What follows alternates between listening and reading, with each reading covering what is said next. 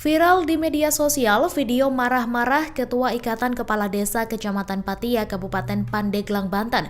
Kemarahan itu ditunjukkan untuk anggota DPRD Pandeglang. Bahkan dalam video itu, Ketua IKADES bernama Syukur tersebut menyerukan agar masyarakat melakukan golput pada pemilihan legislatif 2024 mendatang.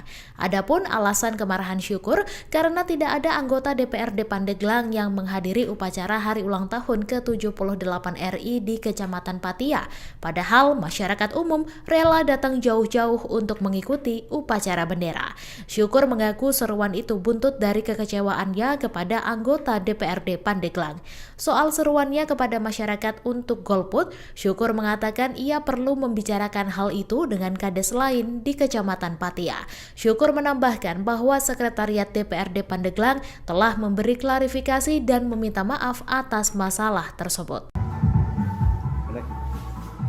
Satu pernyataan sikap dari saya atas nama Ketua IKADES Kecamatan Patia bahwa tahun 2024 untuk pemilihan legislatif tidak akan pernah ada di Kecamatan Patia karena satu, anggota dewan semua di Kabupaten Pandeglang tidak ada satupun yang menghadiri HUT RI yang ke-78 di Kecamatan Patia. Sementara masyarakat dari pelosok datang ke kecamatan, ke lapangan untuk memeriahkan hari kemerdekaan ini.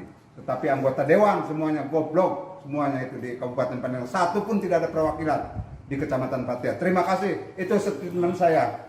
Tahun 2024 golput.